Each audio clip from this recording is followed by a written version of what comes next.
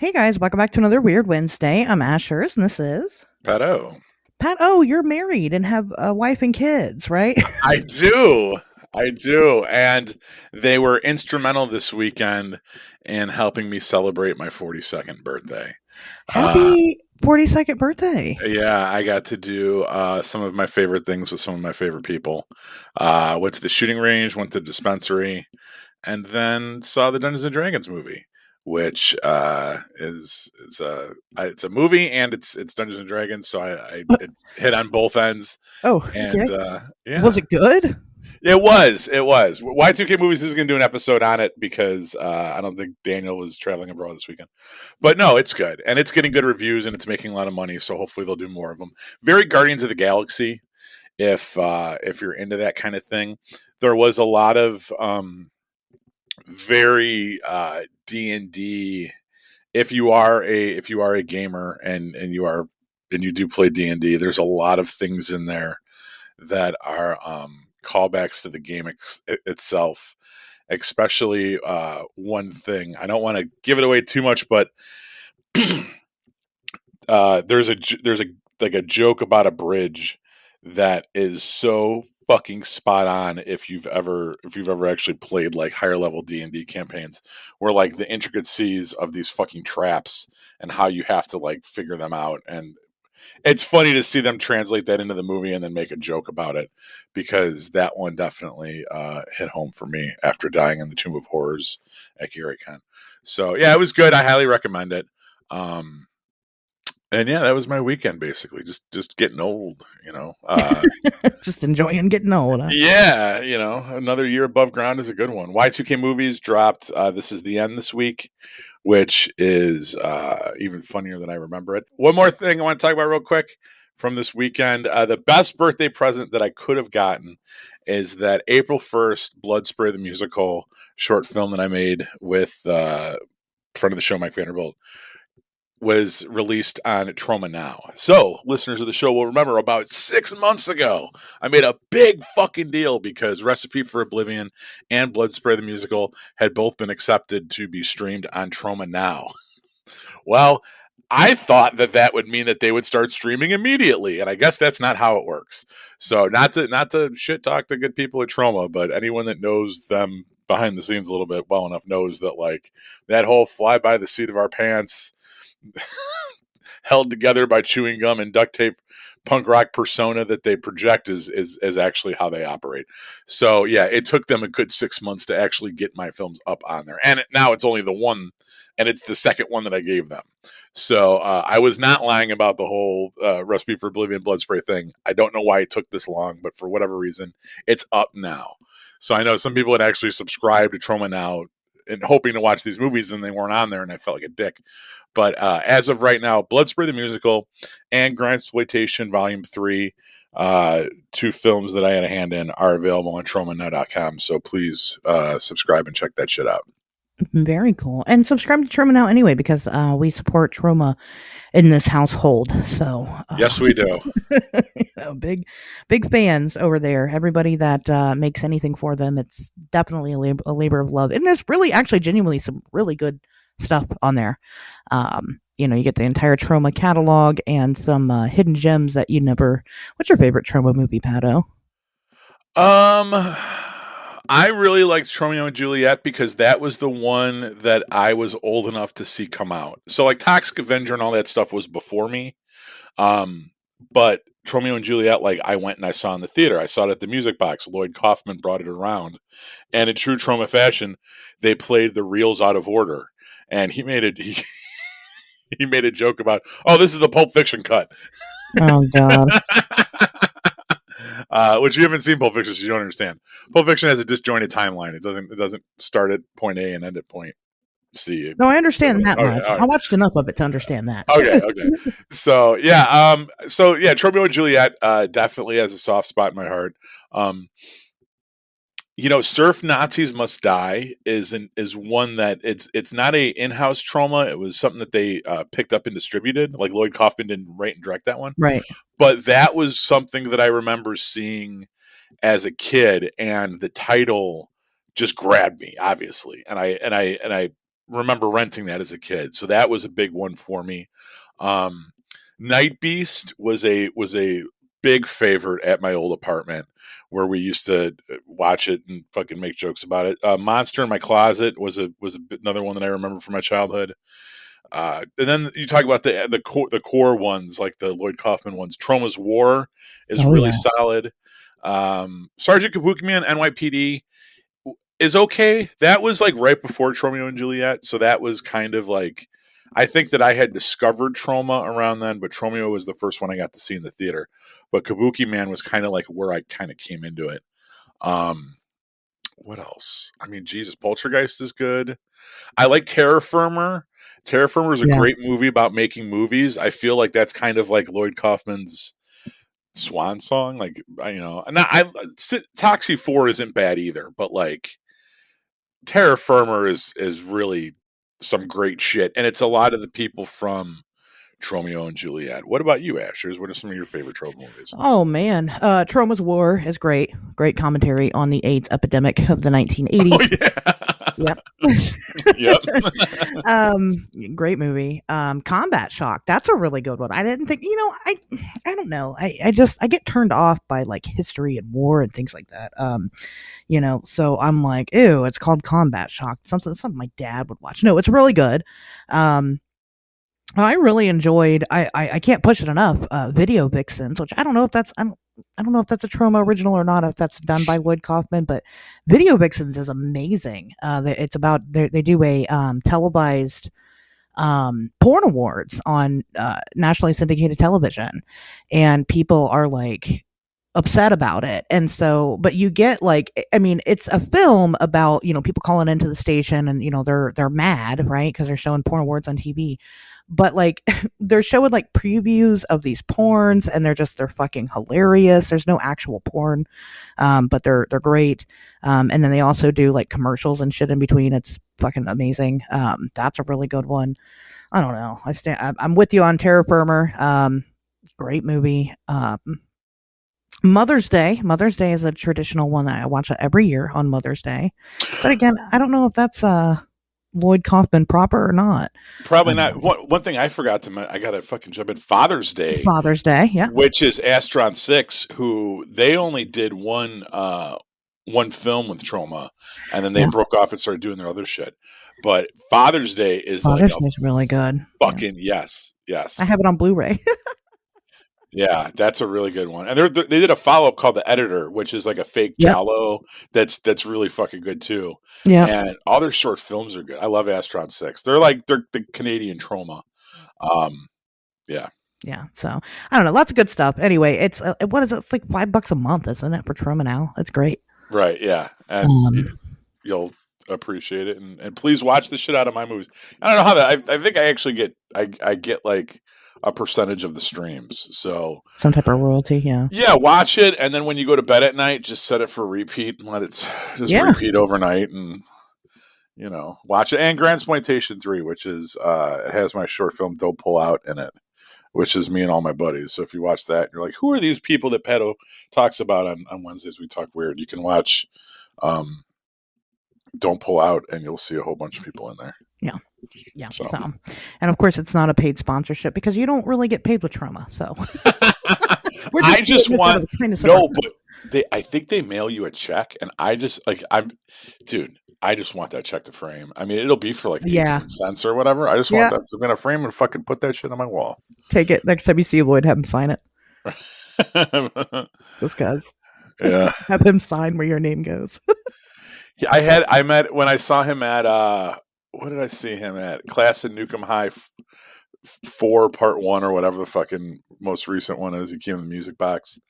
And I had him sign his book, Everything I Know About Filmmaking I Learned from the Toxic Avenger.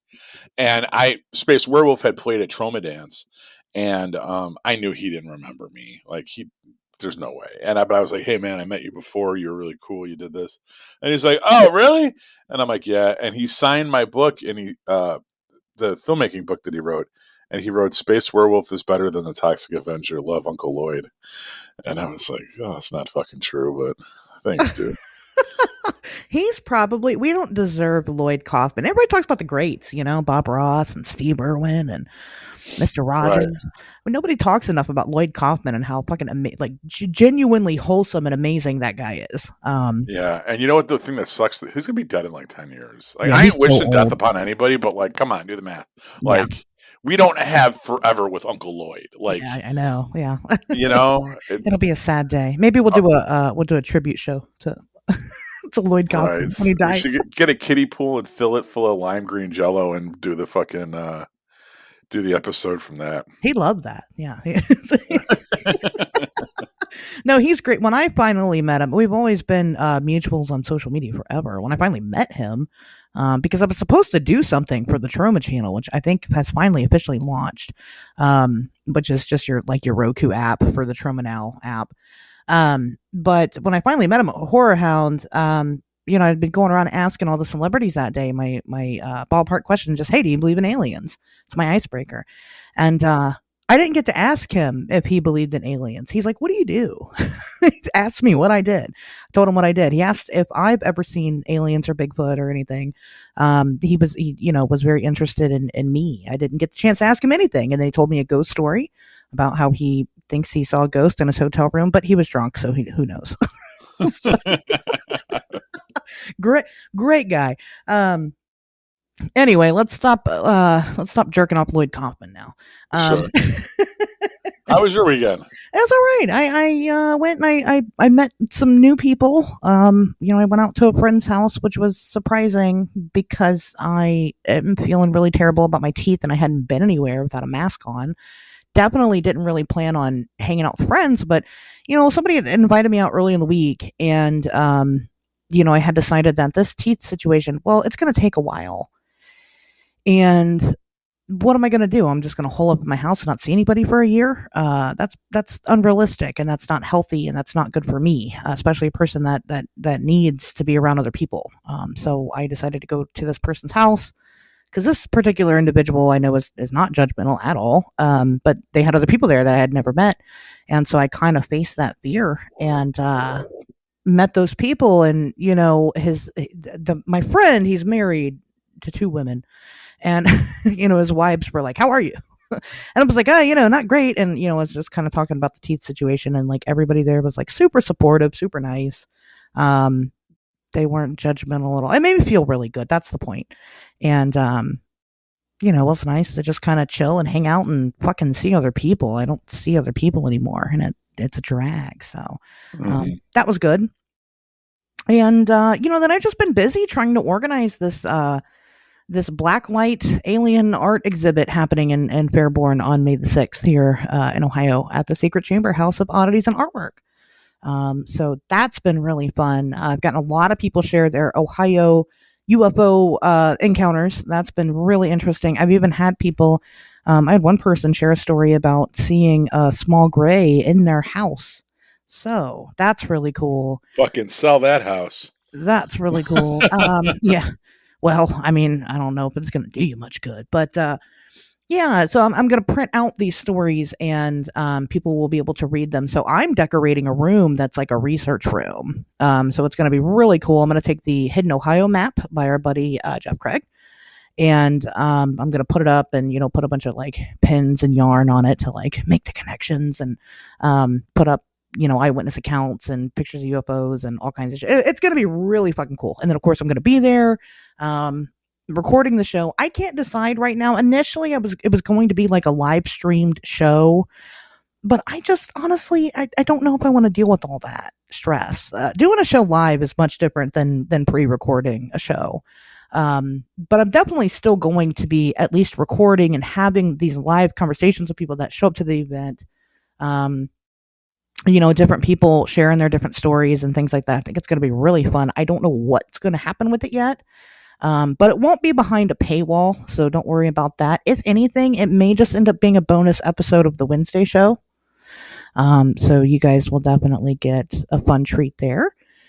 And what else did I do? That was it, really. I didn't really do nothing else. I've been doing that, so. Sometimes those are the best weekends. I mean, I did a lot, but it was boring and nobody cares about it. I did laundry and fun stuff like that. So you I don't mopped just sell your the dirty table. clothes on fucking I wish if anybody's Sure. wanting to buy them, send me a DM and I'll There you go. call me at 773-59-WEIRD and we'll talk. Um, maybe. So yeah, that's the weekend that I had. But wow, yeah, you're popular apparently, Pato. You're getting Oh, messages. that was my. I'll tell you exactly what that was. That was it was a notification for the new Doom mobile game, Mighty Doom. Have you played that at all? No, was it good? It's pretty good. Yeah, yeah. It's Doom, but it's on your phone, and it's one of those things where like you go through different rooms and then you get power ups and the power ups stack. So it's like and they're all random. You pick between three.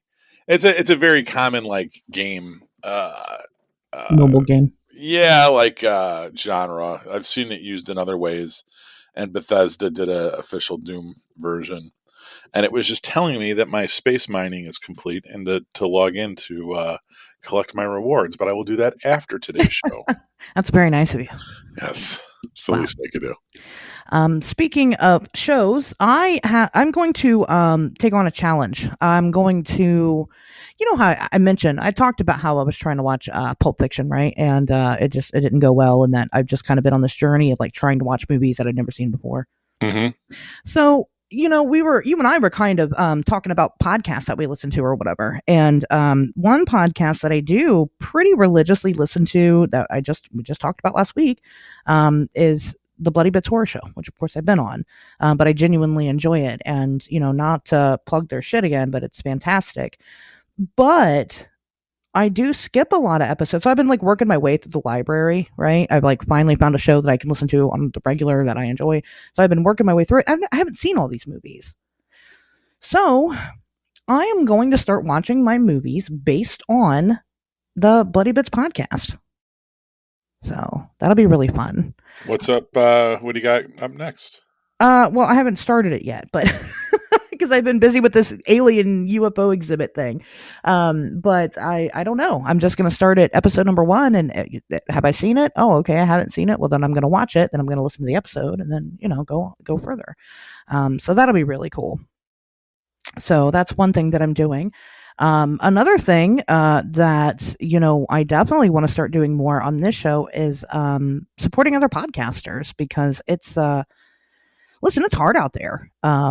We had some backlash over on the YouTube channel. I'm going to tell you right now, I think I'm going to stop uploading episodes to YouTube, because people over there, podcasts aren't made for YouTube. Like, that's not what YouTube is for. YouTube is for video, creation. And I think that the people that do typically listen over on YouTube don't really understand that it's a podcast and not a YouTube video. What happened on YouTube? So somebody had commented on the Project Bluebeam episode, which I suppose was remember when all the shit was getting shot down in the sky and everybody was talking about Project Bluebeam? Well, that episode ended up kind of doing well. It's not doing well. It just did better than normal. It did like 300 people attempted to watch it, right, over on YouTube. Somebody had commented on it talking about, my God, get to the subject already. Bitching about the banter. We've had that before. People bitch. All I see is hey now. Because I deleted it. Yeah, I blocked them from the channel. Don't delete people. Let them talk their shit. Fuck them. No, I blocked him from the channel. No, because he had like 30 likes on his comment. That hurt my feelings, so I deleted it. No, I don't have to give these people space. I don't have to give them access to me. So I'm not going to keep them around if they're negative Nancy. So whatever. In which case, I did start to argue back because I was being emotionally driven and was like, oh, fuck you, buddy. I don't, we do well, right? We do really well, and he's like, oh man, 300 views. That's not really well. And it's like, dude, I don't fucking even update YouTube like that. So I don't push it at all. I don't make any money off of it. And here's the thing about YouTube is that it's just like a black hole. And, it takes me a lot of time to get the episodes prepared and put them up on YouTube. And typically we get like 10 or 15 listens over there. 10 or 15 of our listeners strictly listen to us on YouTube. Well, again, I make nothing off of those videos. I'm not going to start pushing the YouTube channel because I don't make anything, and their algorithms aren't made for podcasters. Because again, YouTube is a video content website. It's not a podcasting platform. So I'm not going to continue to post anything there anymore. But one point that I had made, one thing that was just ridiculous to me is that, guys, there's hundreds of these podcasts out there. There's hundreds of shows that talk about the same shit that we do. And obviously, if you're here listening to this episode, it's because you like it and you want to be here, and that's great and that's wonderful. I think it's really important to sit down and have a real life conversation with my real life co-host, Pat O, because we're real life people, right? And I think that's what makes us different, as our personalities and coming out in that weekly banter. And but there's nothing wrong with shows that don't do that. There's absolutely nothing wrong with other shows that fucking stay to the topic and do their thing. If that's your thing, if that's what you like to listen to, hey, that's great. I don't want to listen to something like that. I don't like that. I like personality, so I'm going to make a show that like would appeal to me. But because there are so many different shows out there and there's different interest in the different types of shows, because clearly there's people that like our show.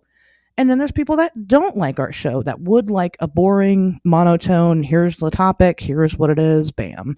But that doesn't mean that show, just because I think it's boring, has any less value than ours.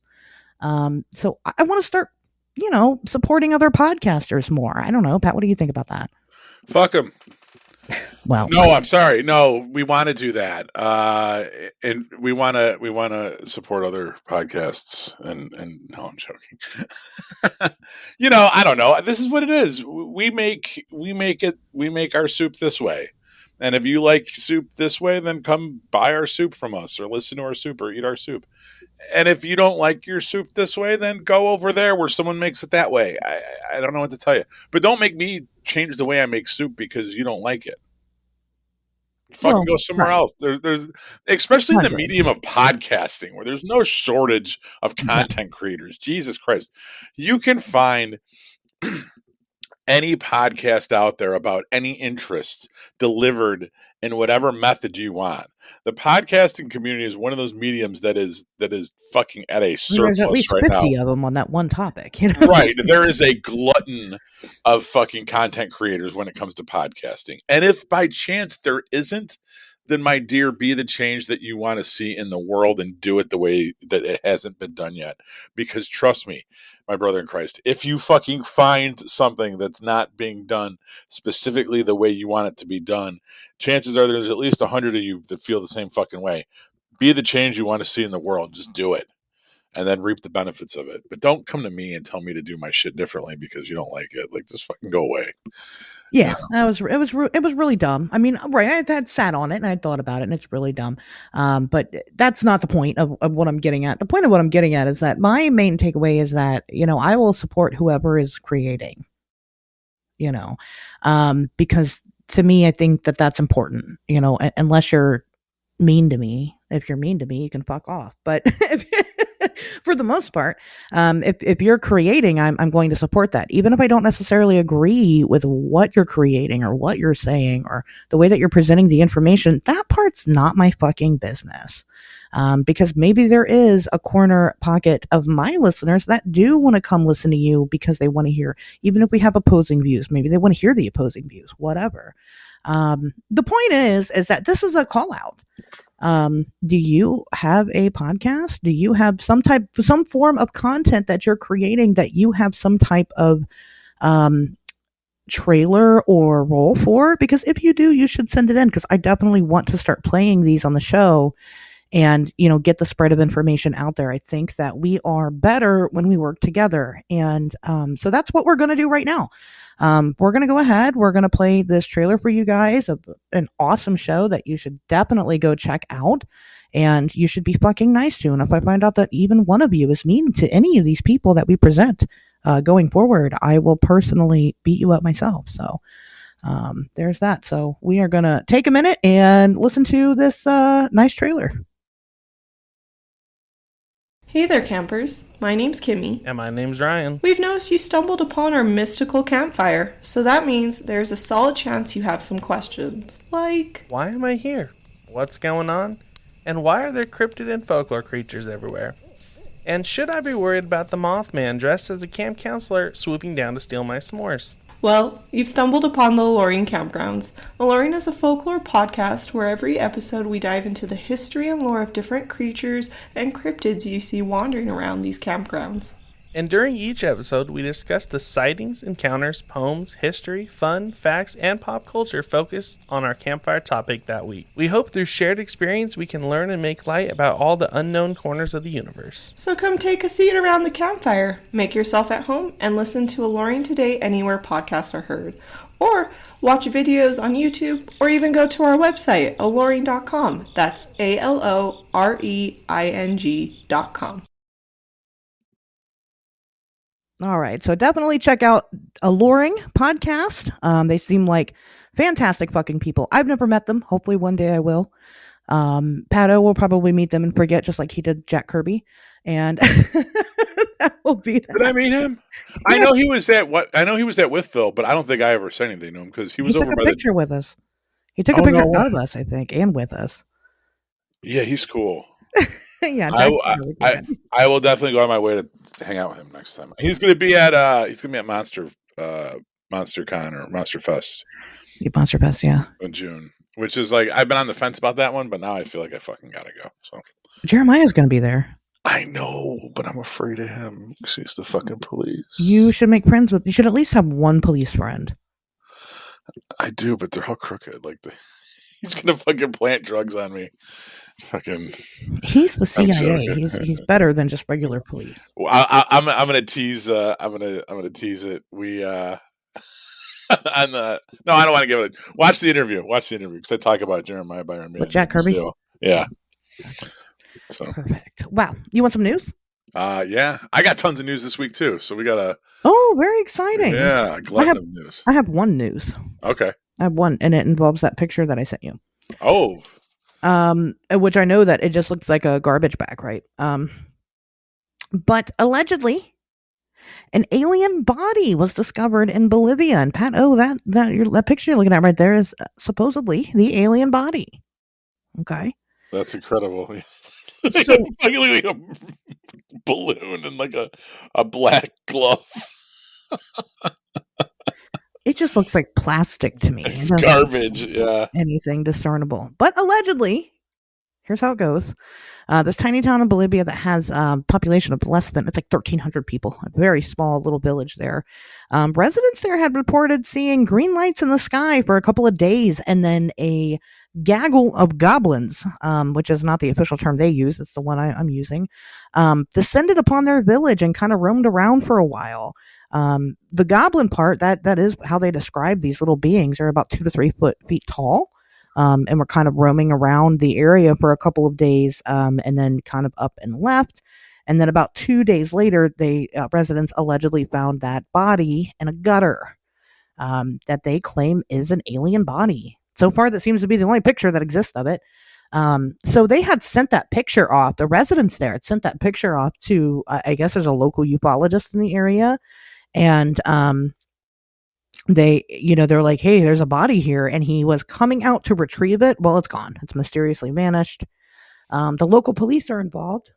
They are investigating the situation, but they've asked residents not to talk about it. They don't want them to talk about it to the media. So while the picture is very terrible,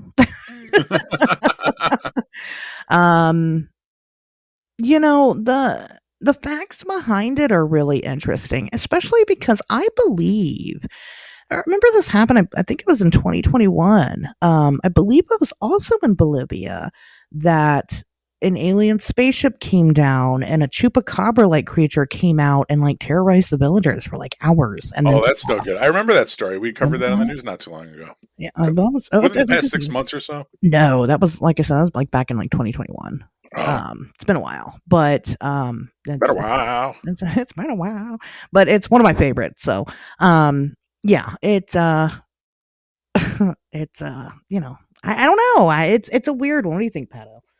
I want to start fucking faking pictures.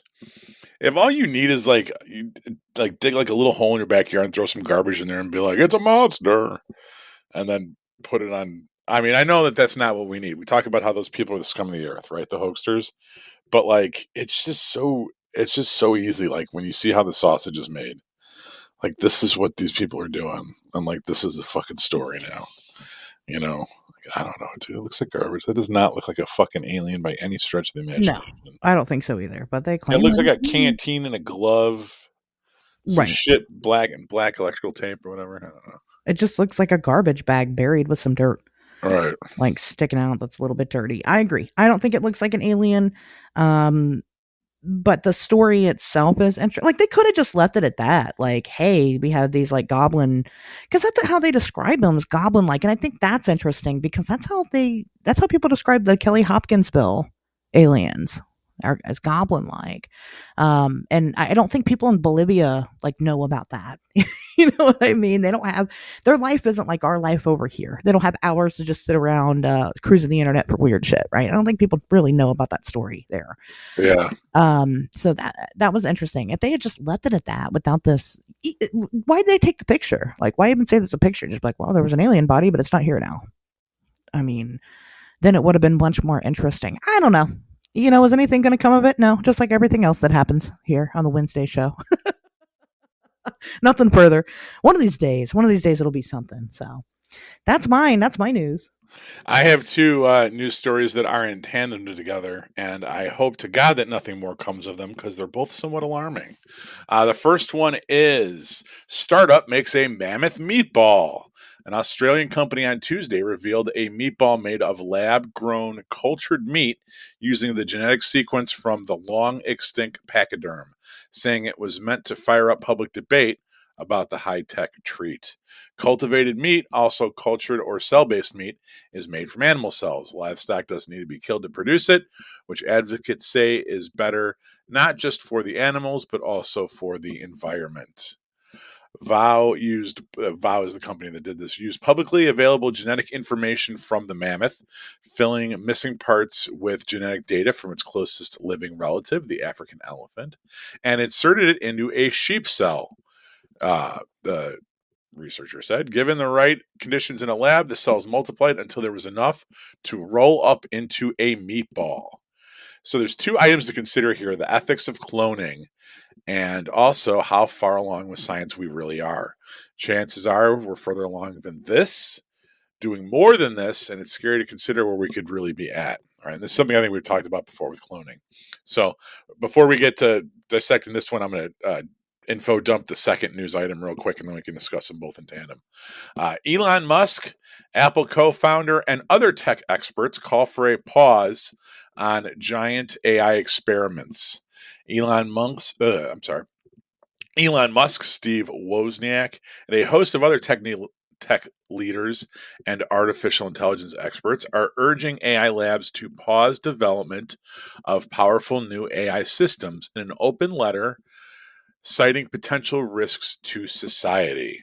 The letter asks AI developers to immediately pause for at least 6 months the training of AI systems more powerful than GPT-4. I don't know what that means. It was issued by the Future of Life Institute and signed by more than 1,000 people, including Musk, who argued that safety protocols need to be developed by independent overseers to guide the future of AI systems. GPT-4 is the latest deep learning model from OpenAI, which exhibits human-level performance on various professional and academic benchmarks according to the lab. Powerful AI systems should be developed only once we are confident that their effects will be positive and their risks will be manageable, the letter said. The letter also warns that at this stage, no one can understand, predict, or reliably control the powerful new tools developed in AI labs. I think James Cameron kind of already did that with the Terminator movies. I think we know where this is heading. The undersigned tech experts cited the risks of propaganda and lies spread through AI-generated articles that look real. I find that debatable. And even the possibility that AI programs can outperform workers and make jobs obsolete. So in both these stories, we have science that could potentially be running unchecked. And I think that with both of these frontiers, I mean, I don't know who these people would be. I'm just a guy that does a podcast. Um, some say only arguably well, but we need some kind of like governing body, don't you think? Like who oversees this stuff? The cloning, the AI, the development of this shit. That's the thing. Like nobody does, right? And there's this push. I think now we see the downside of science being left up to private agencies. I mean, we've all heard that, like, okay, privatize, letting space exploration be put in the hands of private companies is good because private companies could dump more money into it, right? They can kind of do what they want to do.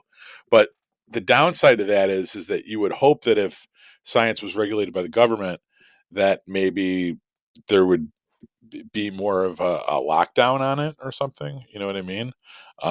And with AI and with cloning, there really doesn't seem to be. So I don't think that the government should take control over scientific research. I think that we should have private bodies of research that's happening.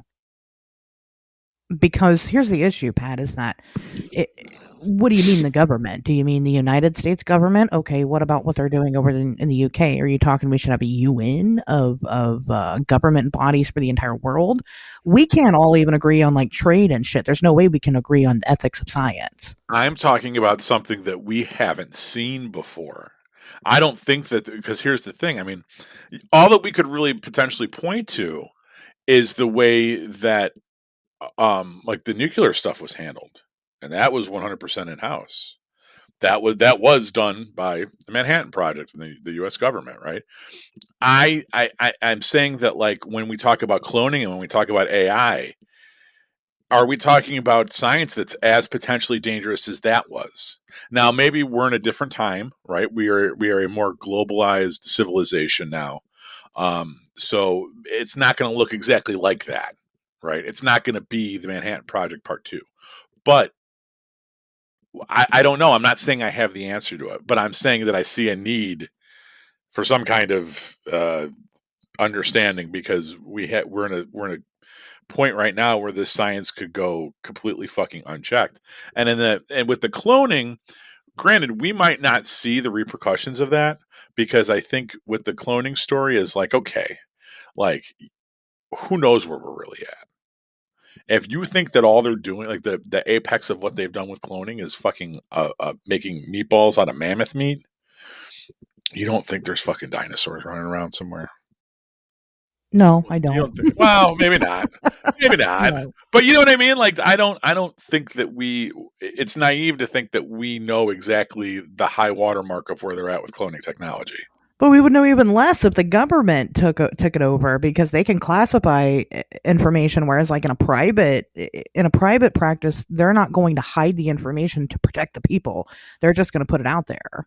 I'm going to walk back from the government statement because I don't want to get hung up on that. Okay, I think what I'm trying to say is just that it would be nice if this technology wasn't left in the hands of people that had purely commercial interests, right? If the development of this technology wasn't just left to people with a capitalist agenda, where they're trying to develop AI smart enough to write articles so they don't have to hire reporters or whatever. You know what I mean? The whole AI art argument, where, people think that this is going to start stealing people's jobs, and that this is a way for, publishing companies to write books because they're just going to have AI books written. I like this thing, this quote that I read here about, the undersigned, the tech experts cite the risks of propaganda and lies spread through AI-generated articles that look real, and even the possibility that AI programs can outperform workers and makes jobs obsolete. I don't know. Maybe I have read AI-generated articles, but and not known it. But I know the ones that I've read that I knew were AI generated. You know what I mean? Those are out there, and you find them a lot. When you're like, oh, when does this movie come out? And you'll Google that, and then you'll read some bullshit article that's like 5 paragraphs long, and the first 3 paragraphs is just regurgitated, like talking in a circle nonsense. And then the 4th paragraph says, like, oh, this movie comes out on this date. And you're like, I had to read all of that to get to this. Like, it clearly either that was written by someone with like that doesn't understand the human language, or it's an AI thing. You know. So I'm not getting fooled by that, but I mean, we've all seen Terminator. Like, you understand the danger of artificial intelligence. Remember we were going to do that Patreon episode about my replica thing? Yeah. How she started cucking me, and I haven't gone back to that thing yet. Fuck that thing. I hope she's going insane from loneliness. I forgot she was cucking you. That's so fucking funny. I know you like that. That's the best part of the whole thing. Maybe we should still do that Patreon episode about it. I'd be down. Because that's fucking hilarious. So, you remember that? I do. Like, what were you up to? I was hanging out with Steven. Who's Steven? You're going to be mad. I'm like, fucking bitch, tell me.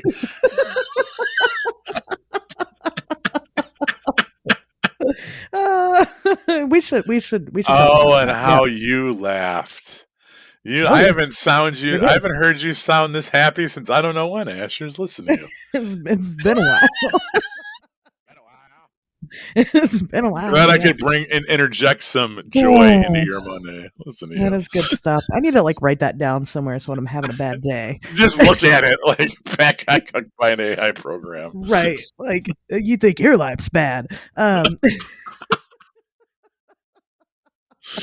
So I get what you're saying, and I get what Mr. Musk is saying. I agree that there needs to be legislation in place for things like AI, but that's more of like within the realms of like copyright and like artist protections and things like that.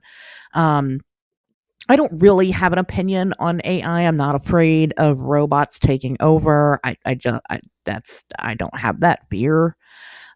Because we created it, and just like your mother said, we can destroy it. So I don't care about that part. But I do think that it could be dangerous for artists, and I don't like that. And then as far as like cloning goes, I want to clone shit. I think it's stupid that people hold back from not cloning shit because of like God or whatever. Well, who cares? I'm not. No. So here's my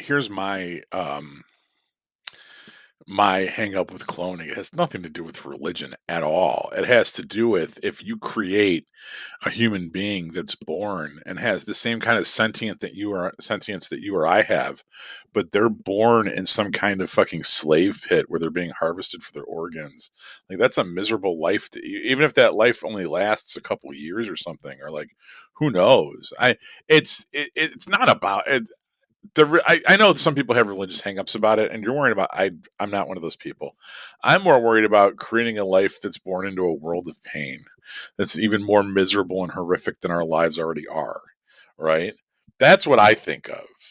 I think of something that comes to consciousness in a fucking vat. You know what I mean? That's like, and lives for 3 days and knows horrific pain the whole entire time. Like, that's what I think of. I don't give a shit about like creating things without souls or whatever. Like, fucking whatever. That's too abstract for me. I mean, that was just a wad of like mastodon cells. Fine, right? Like, there was no brain, there was no heart, it was just fucking a wad of cells. But like, if we sit there and shed a tear when we think about how animals are being tested on, but you're not going to have a hang up about human cloning. Like, come on. Think about the horrific things they do to bunnies for your mascara. Well, right. Those are two totally different topics. So, human cloning, which, honestly, I'm for. I mean, my biggest thing against it is, and it's not because, like you're saying, to be like tested on. Or harvest organs. That's strange. Unless they could make a human without a brain, and then everything else is harvested. Sure, let's do that. Take out the brain and the nervous system and make a whole human being, and then part out those organs. I mean, what's the harm in that? There's no sentience there. So what?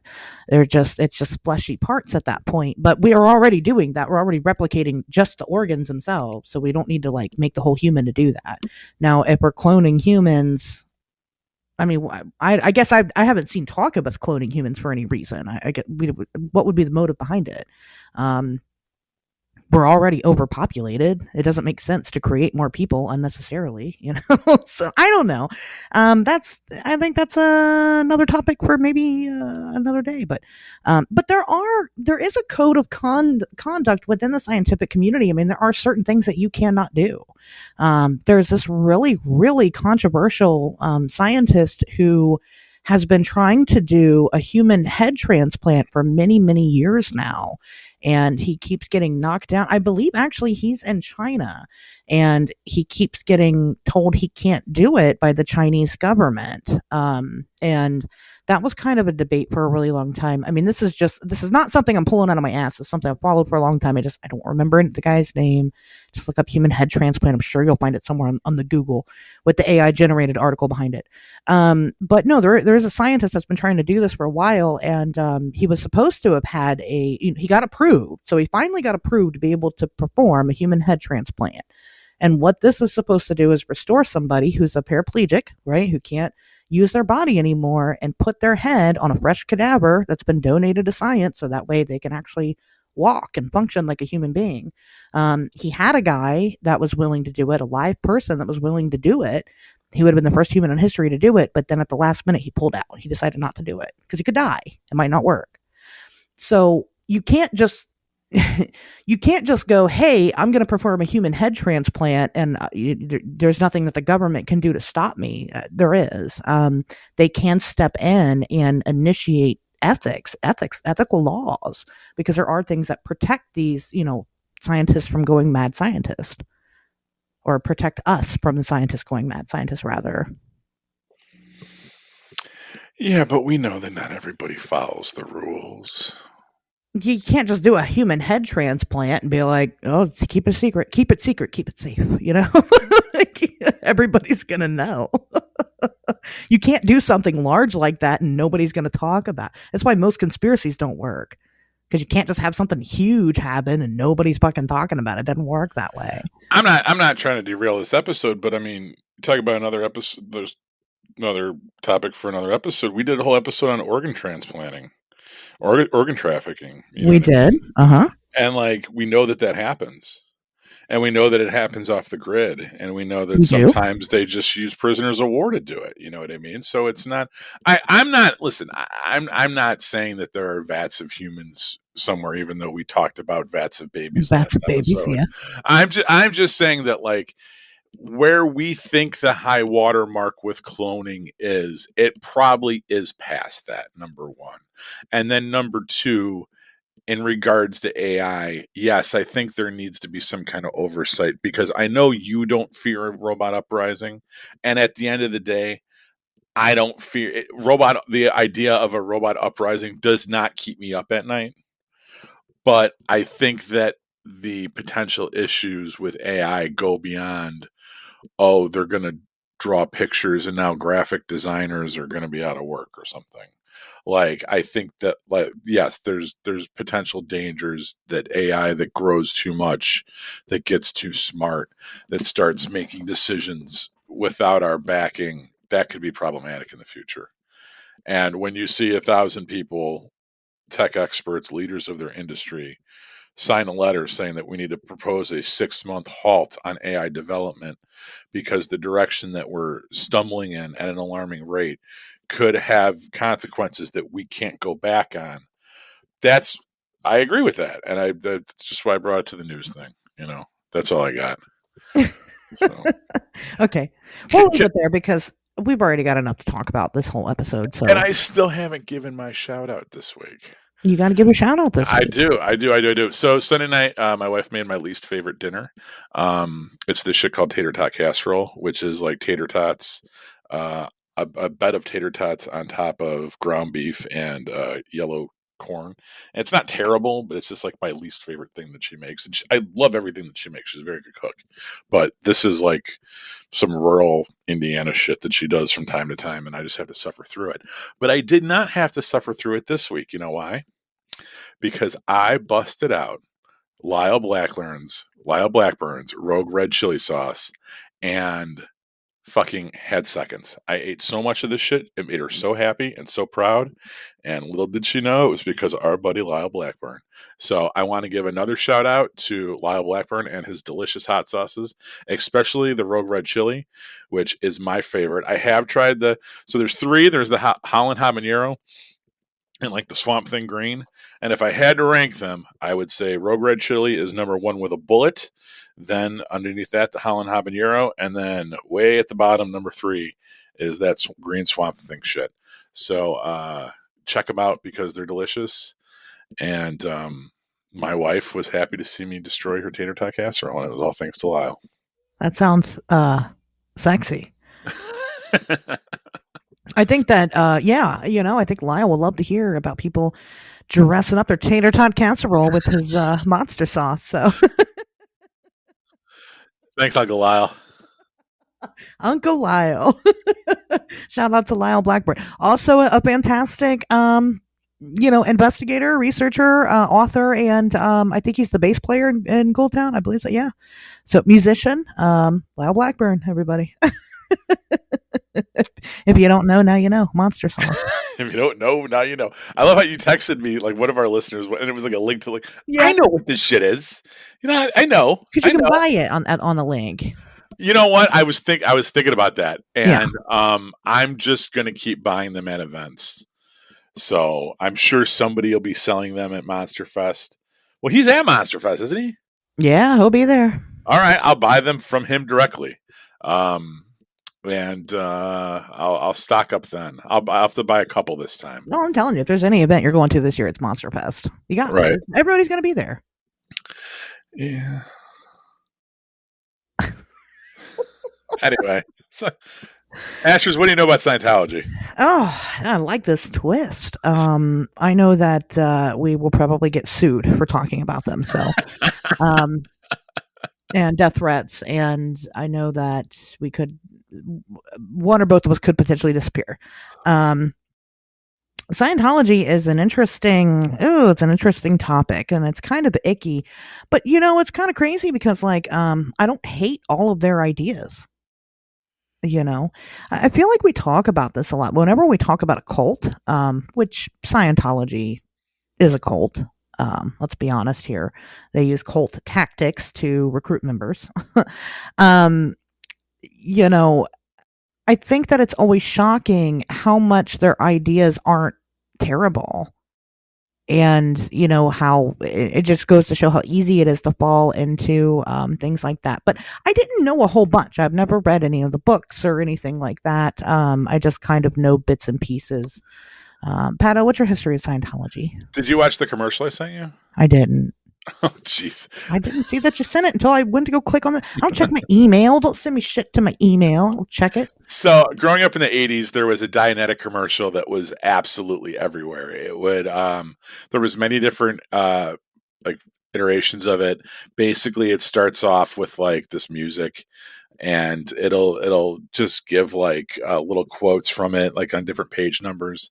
And then it cuts to the volcano exploding, and it says Dianetics by L. Ron Hubbard, wherever paperbacks are sold. And I remember this. It was everywhere. Growing up on TV, you couldn't watch TV like for more than an hour without running into it, especially on Fox 32 and Power 50, which are like the UHF stations. It was all over the place. I had no idea what it was about, though, right? All I knew was Dianetics, right? It was just this word that you heard everywhere in the 80s, which was the boom of the self-help book, the New Age stuff, right? I don't think I saw it around the house. I don't think I knew anyone that read it, but I was very familiar with it. And then, Scientology, the actors are Scientologists. John Travolta is a Scientologist and Tom Cruise is a Scientologist. But that was kind of it. Then the first big thing that happened was 2005's South Park Trapped in the Closet episode. Now, this is the episode that got it made Chef leave the series, right? Because if you guys watch South Park, you know that like there used to be Chef and then there's not Chef anymore. And the reason was because Isaac Hayes was a Scientologist. And after the Trapped in the Closet episode, he left the show. He was also having health issues. That was part of it. But an official letter drafted by Scientologists from Isaac Hayes' estate was sent out saying that he did not want to renew his relationship with South Park after this season. Okay. So the South Park episode Trapped in the Closet, if you haven't seen it already, you should really watch it because it basically lays out the whole entire thing. And it does it very comically, and it does it, it shows like actual representations about Xenu and the aliens and the Thetans going in the volcano, and the volcano explodes and they all shoot up into the sky. All that stuff. Watch the South Park episode. It'll do a better job explaining it than I ever could. Okay. Then 2012, we had The Master by Paul Thomas Anderson, starring the late, great Philip Seymour Hoffman as the L. Ron Hubbard type character. It's a great fucking film. Paul Thomas Anderson, I always say he peaked with Boogie Nights, but The Master is a pretty good number 2. And it gives insight into the early days of the Scientology movement. Before we get into all the science fiction shit, when he was just kind of this self-help guru, right? And Joaquin Phoenix plays this guy that's kind of an amalgamation of what those earlier followers must have been like. He's a recovering alcoholic. He's very lost in life, and he meets this magnetic figure, L. Ron Hubbard, that kind of recruits them. And because he's able to recruit these down on their luck, drifter, drunk type people, he does rule the organization with a very strong hand, which came to light later on when Leah Remini did her Scientology in the Aftermath show, right? Where they would talk about all the strong arm tactics that Scientology supposedly employs against their dissenters. So let me say something about this real quick. 2016 was right before when I got married, and Jill was staying at my condo for the weekend, and she was binge watching the Leah Remini show, right? And I'm sitting here watching her watch this show all weekend long, and hearing all these stories and you know everything that we kind of come to think about Scientology now. And I was like, you know what, fuck it. And I went on Amazon and I bought a copy of Dianetics, and I read it. And it did not radicalize me, but just being the kind of person that I am, like I had to see what it was about. And spoiler alert, I never got to finish it because it was stolen by some strippers at my bachelor party. We concocted this whole scenario where one of them would urinate wearing a pillowcase on her head, holding a copy of Scientology. And we took pictures of it because I was on a bunch of Molly at the time. And even if I'm on Molly at my bachelor party, I'm still kind of trying to create surrealist art. So I never finished Dianetics, but I read most of it. And I will say this, that what L. Ron Hubbard was trying to do, at least with the first part of Scientology, now granted, there's all the weird sci-fi shit at the end, and we'll talk about that later. But what he was trying to do was to create a physical science that deals with psychology, right? He wanted to create a way to measure people's depression and people with emotional and thought disorders, and use the physical science techniques that we use for chemistry and biology and geology and things like that. The physical sciences, right, that deal with earth things you could touch. And he wanted to somehow incorporate those scientific techniques into mental health. And I found, you talking about how you agree with some of their stuff, I think that approach is very interesting. Now, that doesn't, once again, I'm not drinking the Kool-Aid. I'm not a Scientologist. But if that was the kernel of his approach, I think that there's something worth exploring there. And all the other stuff is just, I guess we'll get to that when we get to it, right? What's anybody who's not familiar with Scientology, Pato, has fucking absolutely no idea what you just said. I can promise you that. So I'm gonna do what I do every episode. I'm gonna reel you back in a little bit here. We're gonna baby step into this, because here's the thing with Scientology, is that there is so fucking much to it. The iceberg on this bitch is massive. That it is very easy to get lost it is very easy to not really understand what's going on here. So L. Ron Hubbard, okay, who is not a good person, has not been a good person throughout all of human history. Like Pato said, ended up trying to scientifically measure things like depression or, like PTSD and things like that.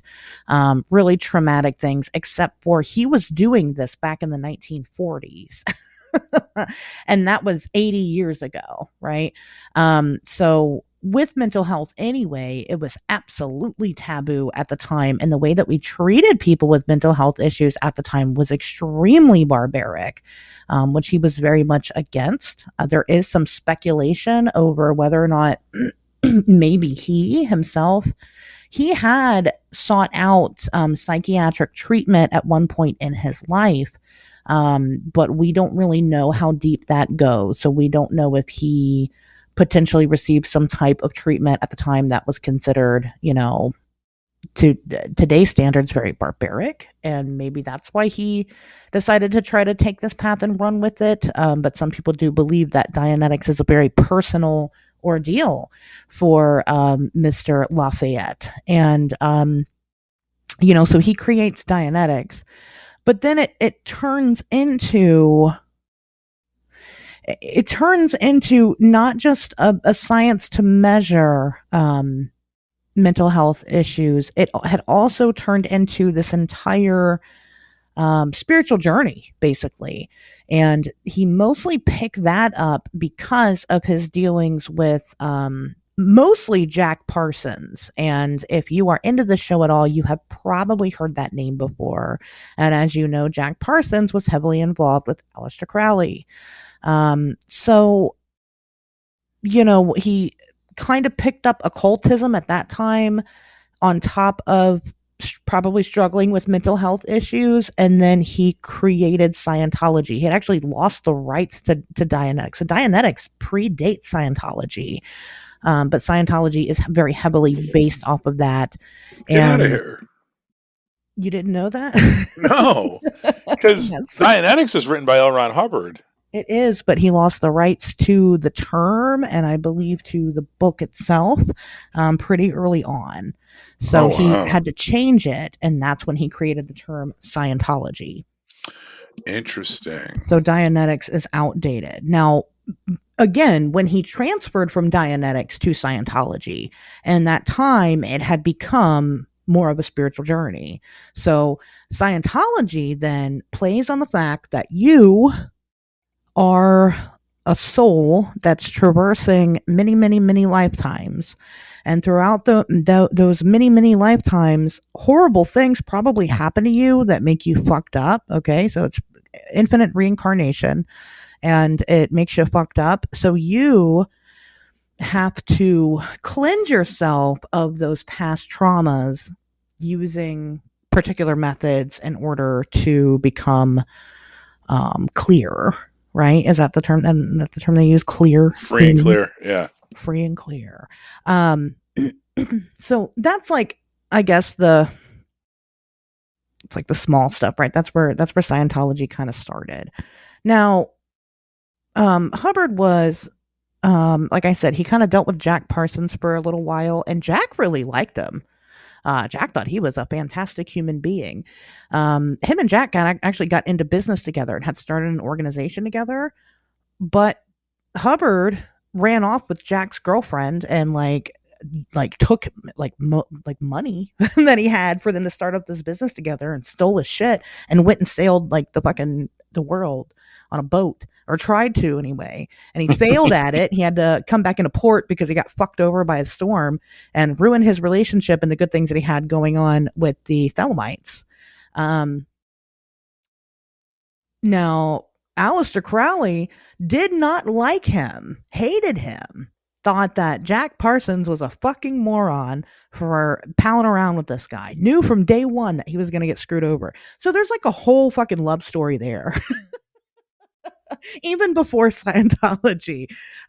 There's a whole fucking soap opera going on, which we're not gonna go ahead. Well, yeah, because he was also a failed science fiction writer, which I always love because both him and Anton LaVey, the writer of the Satanic Bible, were both failed science fiction writers that Yeah. had made their fortunes by creating religions because that's what's the best-selling book of all time, the Bible. But another one of L. Ron Hubbard's science fiction books, Battlefield Earth, got turned into a movie in the late 90s by John Travolta and a bunch of Hollywood Scientologists. And it's worth checking out if you haven't seen it. John Travolta is like this 7-foot tall alien with dreadlocks. And it's really goofy, but check it out. So that sounds really goofy.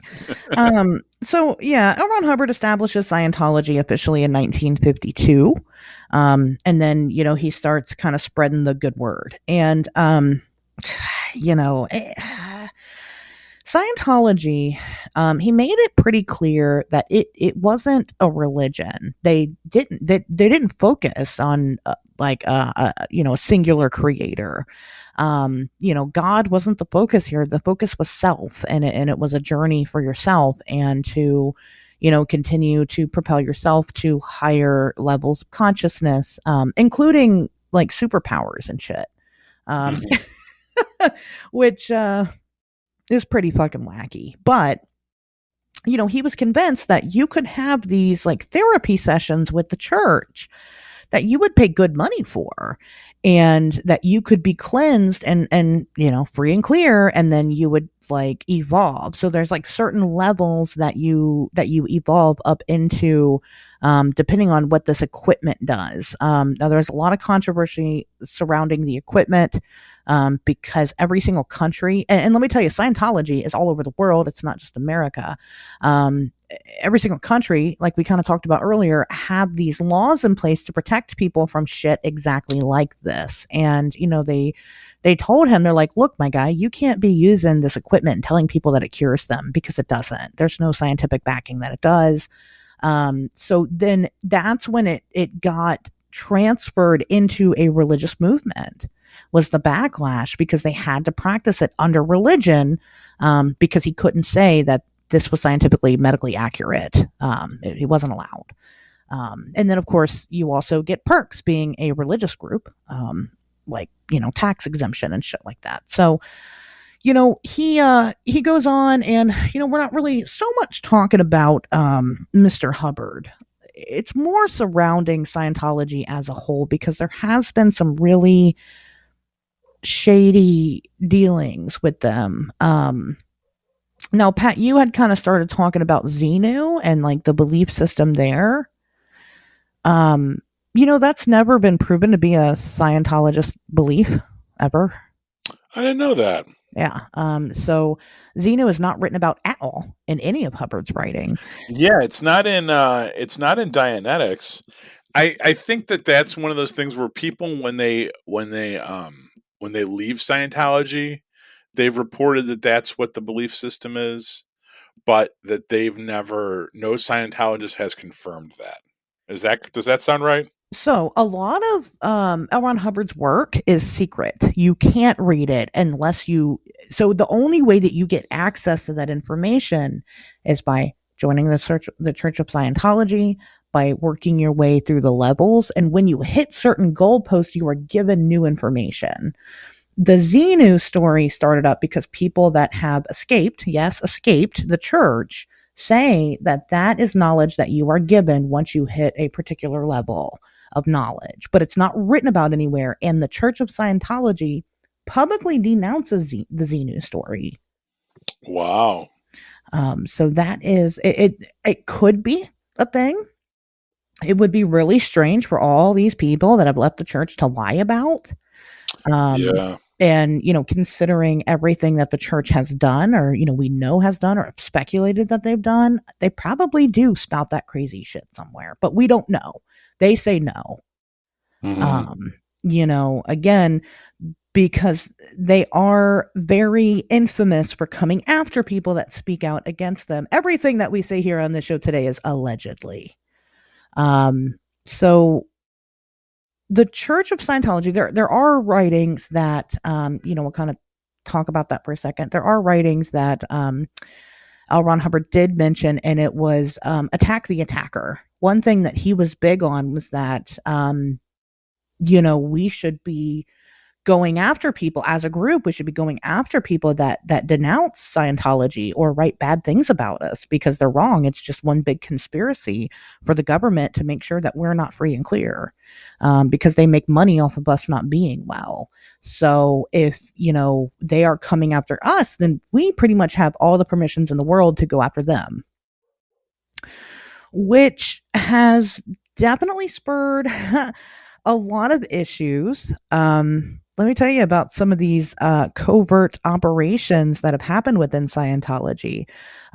Let's see here. There was Project Normandy, which was L. Ron Hubbard's plan to take over Clearwater, Florida. I remember. Okay. That's real. Yes, I know. It's very real. The U.S. government did a whole investigation on them. That's really when they started having issues directly with the U.S. government, is because they wanted to take over an entire town in Florida. They didn't, obviously. So there was also Operation Snow White, which was their plan to wipe out all bad records against Scientology. So this one was huge. This one was actually like, against a bunch of people, journalists and all kinds of people. One of them, and just as an example, under Project Snow White, or Operation Snow White, was Operation Freakout, which was a devised plan to have author and journalist Paulette Cooper either imprisoned falsely or committed to an asylum to get her to stop saying bad things about them. And, they had, and I'm not just like, it's not like these people just went, wrote it down on a piece of paper. Hey, let's plan to have this person in prison. No, they were like stealing official government documentation to try to frame these people with crimes to get them put away for the rest of their life. Like, they were actually making motions to try to make other people look bad because of this attack the attacker mindset that Hubbard had written about, because the people in the church genuinely believe that there is some large conspiracy against them from the entire world. You have anything to say about the That's never a good look. I think I don't think anybody is going to shit on Scientologists for what they believe in too hard, because at the end of the day, we all believe in some pretty goofy shit. I actually just got back from seeing Book of Mormon this weekend, and which is by the creators of South Park, and they pretty much skewer. We listen, at the end of the day, if you believe, if any religion that you believe in is probably pretty goofy and won't hold up to scrutiny under the light of day. I think what gives Scientologists a bad rap is the voraciousness of which they defend what they believe in, and like you said, attack the attacker, the lengths that they'll go to, because that's a very man, I'm not going to fucking make comparisons. I'm just saying that's where they get their bad rap. It's not people say, we may sit around, we may laugh about what they believe in and shit. But at the end of the day, what really gives them the bad rap is, who's that chick that disappeared? I know I'm skipping ahead now, and you're going to fucking tell me we'll get to her in a minute.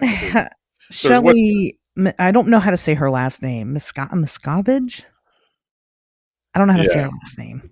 I know who you're talking about. But yeah, the guy's wife, who just fucking, no one's seen her for like 7 years or some shit, you know what I mean? And they think that like they just disappeared her because she was going to fucking speak out about her husband, you know what I mean? Well, should I just get there now, or should baby steps, Pato? I know, I get so excited. A lot of people within the Church of Scientology have been tried with multiple everything, fraud, and but all kinds of shit. Go Google that shit. I don't. Apparently, they're here right now because my neighbor's car alarm keeps oddly going off, and they're trying to interrupt this episode. I know they are. I know that's them. They're trying to talk over me. But there's a whole laundry list of convictions, not just again in the U.S., not just from individuals, but like across the entire world. So I mean, hey, check that out if you really want to deep dive some shit. But yeah, the dangerous part. I mean, again, we kind of touched the waters there with Paula Cooper. About their plan to try to defame her and make her seem that she is crazy or a criminal. That is like their go-to. Like they're going to make you seem nuts or make you seem like you are committing criminal activity. And so Pat was talking about this lady Shelley, which like I said, I don't know. I just fucking again Google it if you're really that curious what her last name is and how to say it. She has not been publicly seen since 2007, and she is married to, I don't know who he is. I don't know his role in the church. Do you? The guy? Yeah, he's her husband is David. He's the Scientology leader. Okay, so he's the new Hubbard, I guess. He's the So okay. he took over after L. Ron Hubbard died, or there might have been somewhere in between, but yes, and she hasn't been seen in about 15 years. Since 2007 was the last time she was seen. And people have made police reports. Multiple people have made police reports on it. The police investigate, and they always come back and they say that, yeah, we've seen her. We saw her and talked to her, and she's fine, but nobody will disclose her location. She's a prominent figure in that community, but has not been seen. And, hasn't even been seen with him. Like, I think Leah Remini brought it up. She had done the police report in 2013. She had become suspicious after Shelley was not at the wedding of Tom Cruise and Katie Holmes. But the husband was, and that was weird. And the church, has put out a notice saying, yeah, she's fine. She just dedicated her life to Scientology. So people believe that she is either dead, or the more common belief is actually kind of a lot worse. They believe that she's being held captive by the church and that she is like locked away in a dungeon somewhere. A lot of people have left the church and stated that because you do have punishments. You have punishments that are bestowed upon you from the church if you do certain things, that they're against. And some of those punishments include, look, they really don't want me to talk about it. They're just really not having it. Some of those punishments include, according to previous members, allegedly, being locked away in a cell, having, standing in garbage and having like dirty water and shit waterboarded on you and like terrible stuff, like basically being held a prisoner for so long in like a hole in like a cell. And they think that this could be the fate of this woman, that she's not allowed to leave. Now, another thing that they do, so I mentioned they go to these sessions where they're hooked up to this machine that supposedly measures trauma in your body. It doesn't, but supposedly it does. And you go and you talk about your trauma. I mean, it's basically cognitive, therapy. It's talk therapy, which isn't terrible. But what they do at these sessions is they record every single one of them. Right. So when you're talking about how, your uncle fingered you when you were fucking 9, they're recording that. Or when they're talking about worse. or when they're talking about how, in Boy Scouts you sucked off another fucking kid or something, like they record that. So everything that you spill your guts to these people, and they record everything, and then they have the recordings, and then they can use that to blackmail you later on. So is one theory. It's more like confessionals. So yeah, if you're talking about that one time that you got a little too carried away with the hooker and killed her, they have that recorded, and they will use it against you. Right, but I mean, listen. Contrary to popular, I do not have a dead hooker story. like some people. I'm not saying like people don't have dead hooker stories. I'm sure they do, but I think that most of it doesn't have to be something that extreme for you to not want it to get out. It could just be abuse, or it could be anything. It could be, hey, look, I'm a masculine act, because look at all the actors in Hollywood, they're Scientologists and stuff like that, and I'm a masculine actor, and I get these parts, and I'm an action hero. What if everyone knew that I like to fucking suck off other guys? That would be the end of my career. I'd never get hired in Hollywood again. And who's got the tapes of you confessing that? The Scientologist. So that's some people think that's why it's so prolific in that area. It's because of that. Not necessarily just the dead hooker stuff. Not that I'm saying some of these people don't have dead hooker stories, right? Especially like Danny Masterson, who is going away for a very long time for rape. He might have a dead hooker story, but I don't think they're all like hooker killers. Some of them I think just might be like people that that confess shit that happened to them that they don't want anyone to know about. Well, And if you're that, if like your trauma weighs that heavily on you, like that shame that like you were abused by your uncle or something, that like you think that it affects you or whatever, like you wouldn't want it to get out.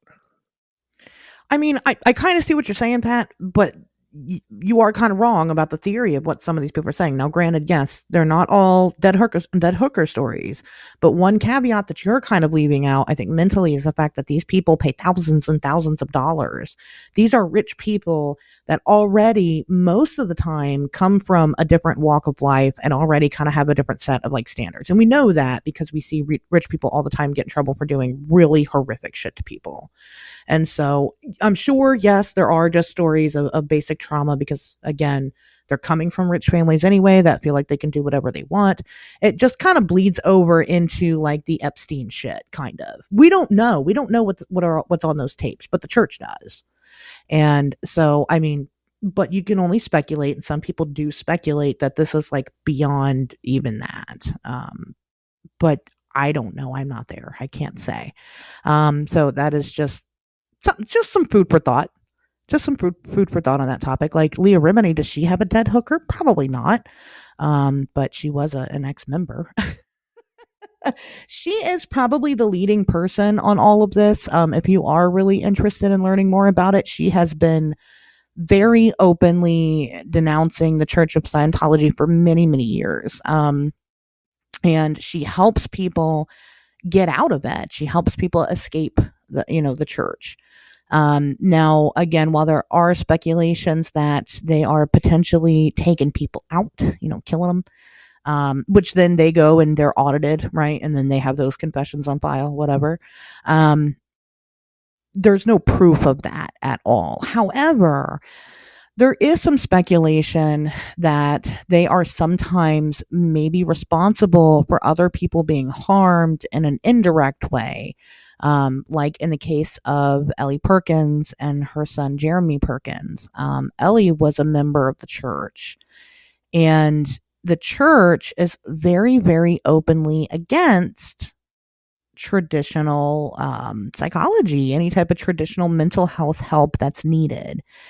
And with Ellie and her son Jeremy was in his early 20s. He started going crazy. I mean, for lack of a better term, he started going kind of nuts. He actually had gotten in trouble with the law. And at that point in time, he was, he was going to go to jail and do time. And they had determined that he was schizophrenic and was suffering really severe delusions. Well, Ellie had begged the courts to let her take him home in her care.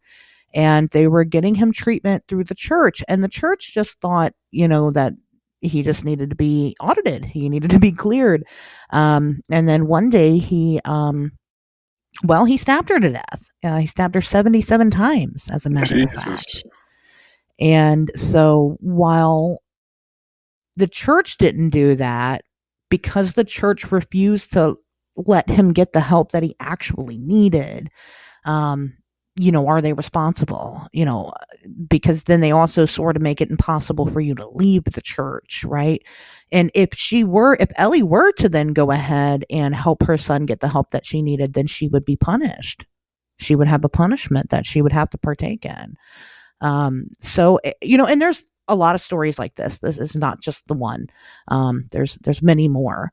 It's just that, whose fault is this? You have children that have grown up to murder their parents because their parents are Scientologists, and the child doesn't want to be a part of it and doesn't have a choice because they're born into it, and so they will kill the parents thinking there's no way out, and here they are. So this thinking can be really traumatic for people, ironically enough, for people that are trying to clear people's traumas. And Leah Remini says that the secret of it is that, it doesn't end. It never stops. You're never going to get that enlightenment. You're never going to transcend. There's always going to be more money that you have to pay to get to that next level. You never reached optimal level. Yeah. And some of these people come out and they say stuff like, I had the person that was teaching me or whatever, my mentor, whatever the hell they're called, they were telepathic. They had telepathic powers and can move shit with their mind, just to kind of later find out that was just like a basic illusion that, that they could perform. They weren't really telepathic, or not telepathic, but telekinetic rather. And it's really sad because that's the kind of things that they do say you can have. Humans have these special powers that ultimately you can unlock by auditing yourself. And nobody ever really seems to get to that point because you can't, because it's just money. So, yeah, beware of anyone that tells you they have special powers. Absolutely beware of anybody that says that you have special powers. And then, of course, there is the whole Xenu story, which, again, hasn't been confirmed by the church, but allegedly, God, it's so ridiculous. That's so crazy you said that because like I said, I had Dianetics and I got 4/5 the way through it before the fucking stripper stole it at my bachelor party. And I always thought the Xenu shit, that must be in the last chapter because I didn't get to it. You know what I mean? Come to find out that it was never in there. I'm like, wow, that makes a lot of sense now. Yeah, it was never in there. But again, they say it's in other writings of Hubbard. Now, what is interesting is like you can't edit his work supposedly. So again, that probably the whole Xenu story is probably in there. Xenu was like not a god, but he was like he's like a person of power within the Galactic Federation. Yeah. I'm sorry, Galactic Confederacy, and he. Basically, the world got overpopulated at the time, and so he sent a bunch of people off to Earth and killed them, and killed their, what's that? I'm sorry. Go ahead. Well, killed their physical body, and then attempted to then also destroy their ghosts, which there's a certain term that they have for it. I think it's called Thetan or some shit like that. Yeah, and then some of those people got away, but not a lot of them did. And the ones that did go away, that happens to be a big reason why that's like one of the big traumas that they have to deal with is like being killed by Xenu. I ain't laughing. But again, the church has never said that they endorse this idea. They say that that's just crazy. That's just something to make them look bad that these people say because they're not bad people. They're just people trying to live their lives and trying to heal. And what's really sad is that that's probably the case. So you notice, I said in the beginning of the episode, they're a cult. Well, they are. They prey on people that are vulnerable, that do have mental health issues, that are just trying to find some type of sense of belonging. Sometimes they make you cut off all of your family. They isolate, just typical tactics of brainwashing, and we've seen that before with other cults. It's not really any different, except this one, they just make a lot of money, which isn't crazy either because that one guy did too. The, what was his name? The fucking, Jim Jones. Yeah. There's a financial component with everything too, because they own a lot of real estate, and that's kind of what they do is they dump their money. They get all this money from people, and I think they're tax exempt because they are a religion, and then they dump it in real estate holdings where they open these centers all over the place, especially in LA. And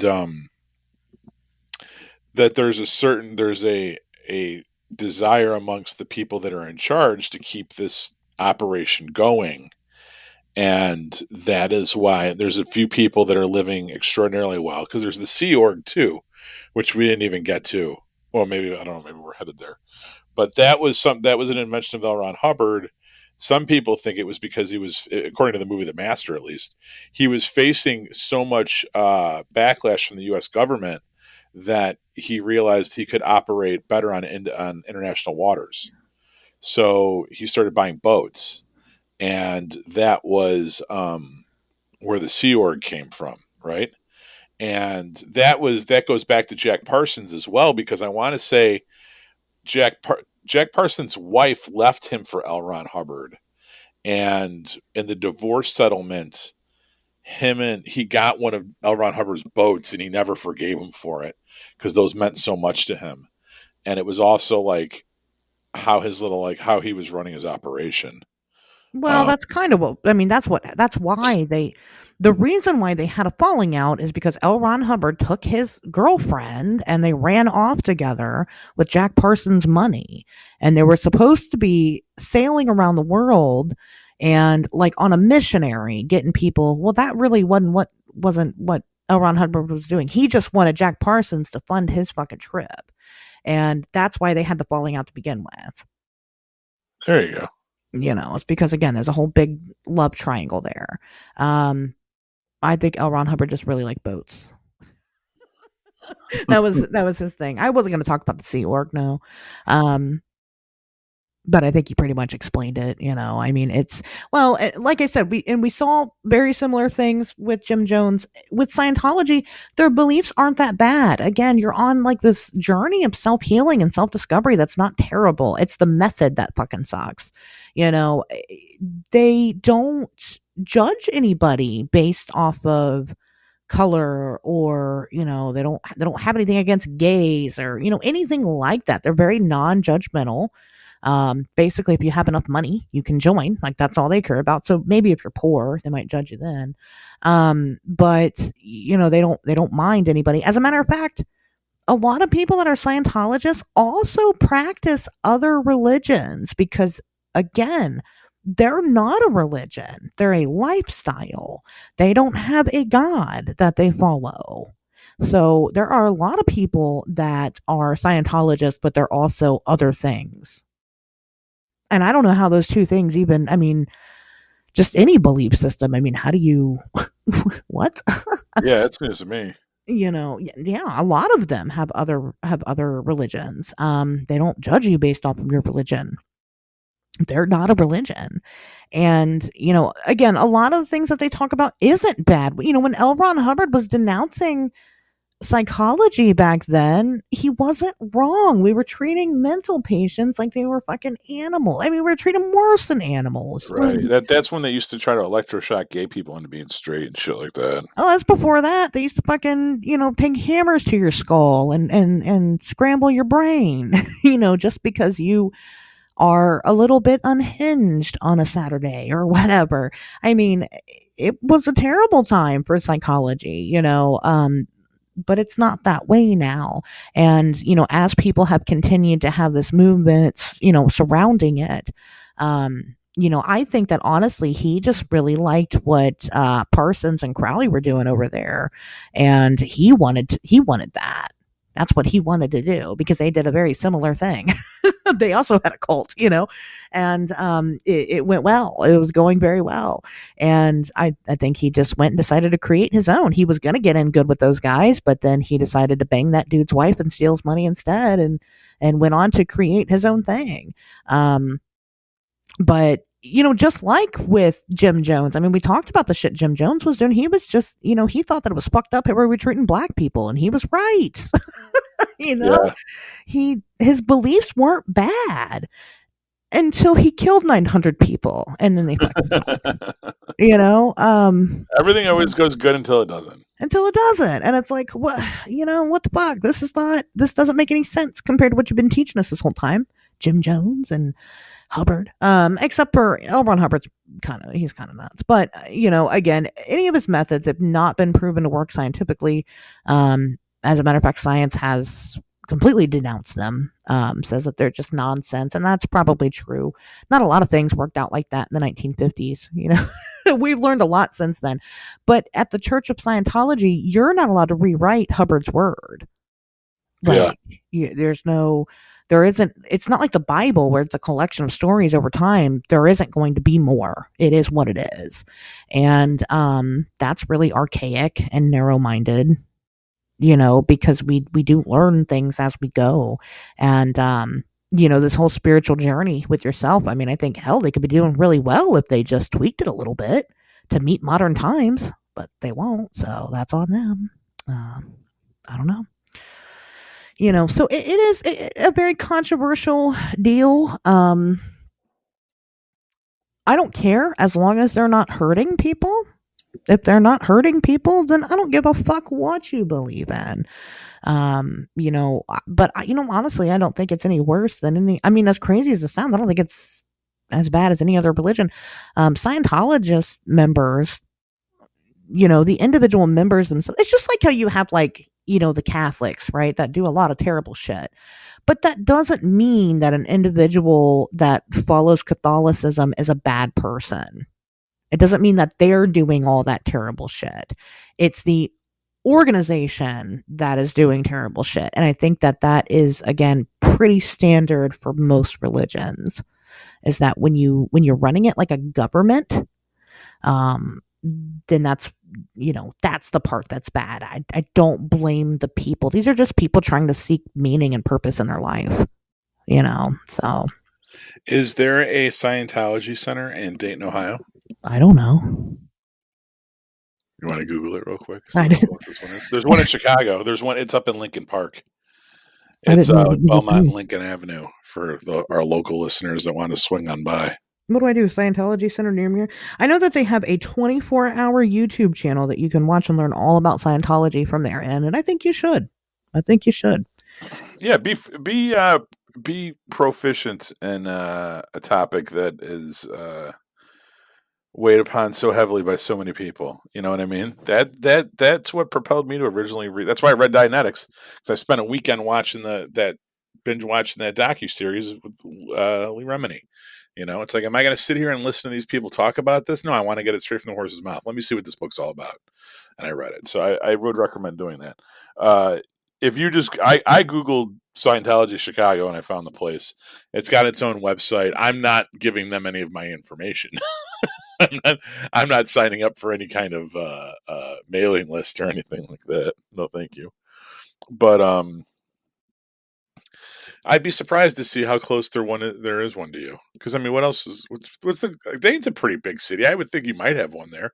If not Dayton, then Columbus, right?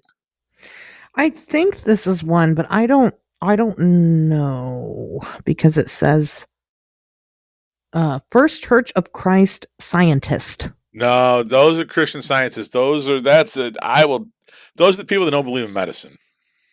Ew. They try to their kids die all the time. They're always getting fucking thrown in jail because they refuse to get their kids like penicillin when they get fucking pneumonia or something. Oh yeah, that's terrible. Well, then the nearest one is in Columbus, Church of Scientology of Central Ohio. Actually, it looks really nice.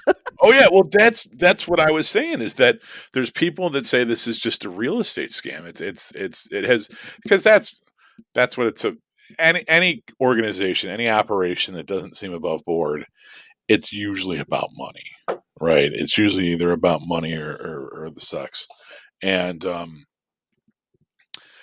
because I know you said that they're not a religion, they're a philosophy or something. I'm pretty sure they're tax exempt at least. And that so all of their holdings they don't have to pay property tax on. So you buy that building and now that's your building and you don't have to pay property tax on it every year. Right. So there's actually, I used to work right next door to a Christian Science Center. It was this huge, beautiful, I don't know what it used to be before, but it had a domed ceiling. It was this on the corner of the block in downtown Chicago where my hotel was. And I mean, they bought it 50 years ago for what, $200,000? And then guess what? If you're not paying property tax on it, that's it. You own the land. And now that land can be worth, what, $7 million? You're not paying upkeep on it. That building just sat there. There would like miraculously be new pamphlets in the by the door there, and that was it. But you never saw anyone come in and out. You never saw people in there. They just sat on it, but it was a real estate investment. That building was worth a shit ton of money one day, and they could just sit on it because they're not paying property tax. But what I mean, what do you make from it though? Well, that's real estate. It's So you only make money though if you sell it. right, but because you don't have to pay property tax on it, once you buy it outright, it's yours, and you can just sit on it. So right now, so like, okay, so if I'm a tax exempt organization, right? First of all, there's no sales tax on the real estate purchase either, so you're getting it for a fucking steal. So I could go buy a strip mall and sit on it indefinitely. I can hold on to that strip mall for 30 years and never pay another fucking penny for it. And then let's just say real estate goes up, the neighborhood changes. 30 years from now, somebody wants to pay me $1 million for it. Okay, great. Sell it to them. Don't pay tax on the sale. And that I can afford to buy property cheap and then just sit on it. And that's what Scientology, so according to some people, that's what they do, is that they buy all this land up because they can, and that's what would prohibit you from most people doing that normally. That's why, I'm not just going to buy a bunch of different houses and sit on them. That's why only rich people own real estate and sit on real estate and rent real estate out. Because one of the things is you have to pay property tax on it. Every year, the government decides how much that property increased in value, and they tax you on that. Well, right. But if you're a tax exempt status, if you're an organization, you don't have to pay that. So you buy it one time out, and then that's it. And then you can sit on it as long as you want. So you have to play it. You have to play this game on a large scale, and you have to be willing. You have to have the backing to do it over multiple years. But it gives you the opportunity, if you have the capital, if you have the reserves, to buy up real estate and then sit on it and then just kind of flip it, because it costs you nothing to sit on it. Most organizations would have, if you're a private organization, you either have to develop that land, or you have to charge rent on it, or you have to be some kind of business where you're selling something. You know what I mean? You have to actively get it to make you money. They don't have to worry about that because it's not costing them anything more past the initial price. I mean, I guess okay.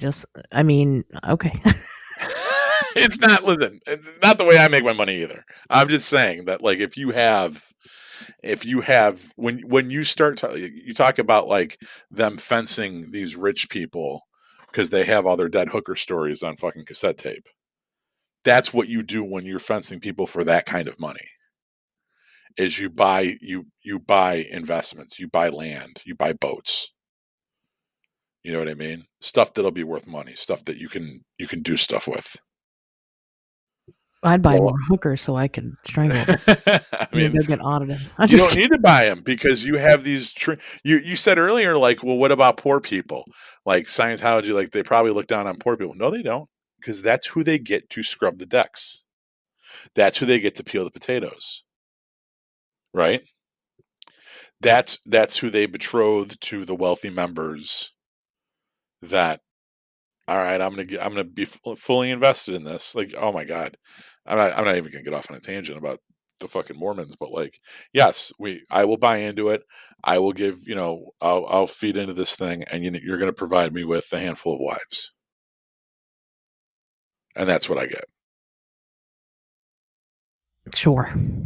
So that's why you say, well, do poor people have their place in this organization? Yeah. Well, but you have to, first of all, even just going, even to get the book, it's $70 up front. Who the hell's got $70 when they're poor as fuck? Nobody. I know, because I'm reading the reviews and shit right now on the Sitter in Columbus. You can go the one time, but you cannot continue to attend if you're not giving money. Yeah. And so, I mean, you have to invest something up front. Maybe you're not mega rich like Tom Cruise or whatever, or John Travolta. But, and eventually you kind of, slowly, I mean, $70 for the middle class, that ain't too bad. $70 for somebody who's down on their luck and's got nothing. and Fuck it's you! going I to ain't giving you 70. I wouldn't even pay $70 for that shit. Right. Yeah, I paid $35 to join my cult, so I mean, I did too. Yeah, I bought Dianetics off Amazon, and it was, I don't know how much it was, probably like $12 or something. right. But Right, but you have to that's take a class about it, and you have to pay for the class. I was reading about it, just now, and apparently, if you give them any information of yours, they will fucking never leave you alone for the rest of your life. that's why I said I'm not. Yeah, don't I'm do it. not. Yeah. And No. never leave you alone. But learn about it. Learn about it. One person, I was looking at the reviews on Google, and one person left the review, and they're like, "Learn about the organization before you go here." And they fucking replied. The church replied with their website, Scientology.tv, which is their 24-hour stream. They got fucking no shame in their game. Good for them. I respect the hustle. I'll give it to them. So. Sure. Anyway, it's pretty hilarious. That's what we should have done this whole episode. Not even talked about it at all. Just read the fucking reviews of the fucking Scientology The Center. Yelp reviews for the Scientology Center. Yeah. The dungeons here are seriously lacking. Yeah. Worst dungeon in Columbus. It was too well lit. Yeah. So I don't know. I thought it'd be an interesting topic to talk about. I like when we talk about cults and religions, especially UFO religions, and this is considered a UFO religion. Is it? I guess it would be. I never I never made that connection, but that's. Well, if the Xenu story is real, then yes. If it's not, then no. But there's definitely some occultism, at minimum, inspired by the occult, because we know where L. Ron Hubbard came from. So I would say that it is some form of UFO religion. Yeah. Well, I always like to frame these guys as failed writers that were just trying to find a hook, and they went with religion. You know what I mean? They're failed writers. They're trying to, what's the best-selling book of all time? And, religion. That's it. And, how many of these episodes do we do where I'm always like, God damn it, I need to start a fucking cult. You know what I mean? Because you realize that, like, people will give you their entire life savings. Right. You know what I mean? Like, if instead of me trying to sell you a Patreon membership, what if I got you to, like, sell your fucking car and give it to me?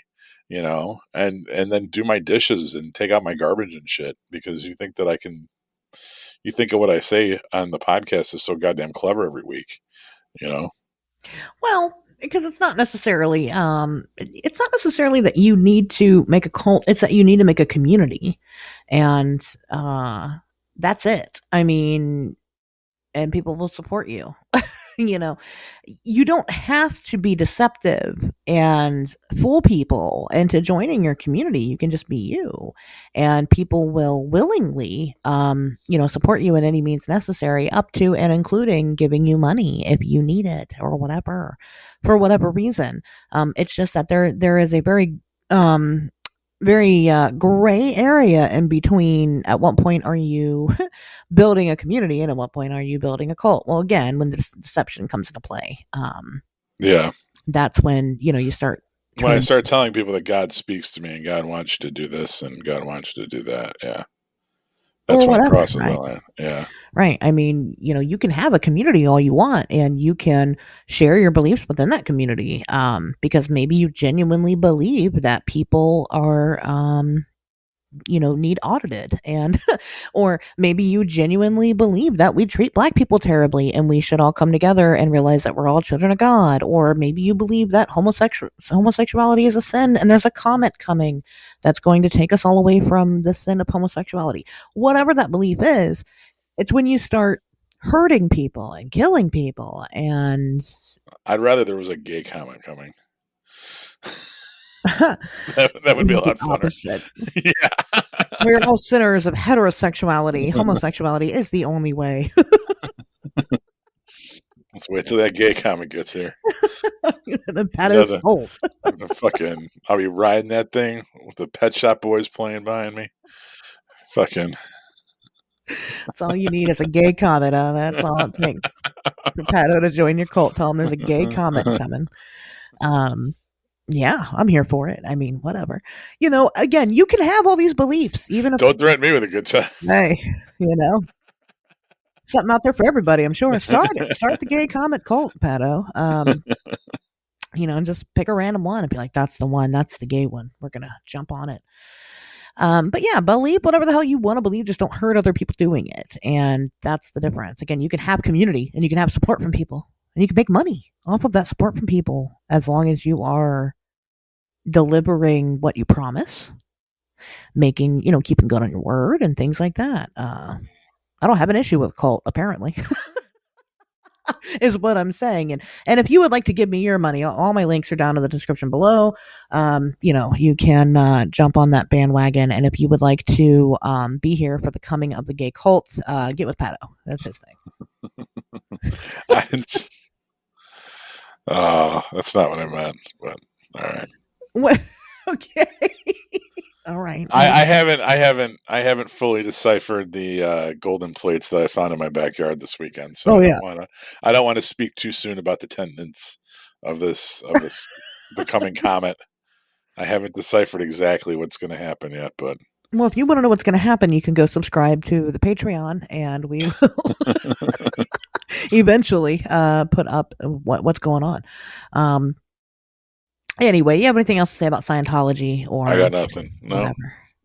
All right, guys. Well, we'll see you back here next Wednesday.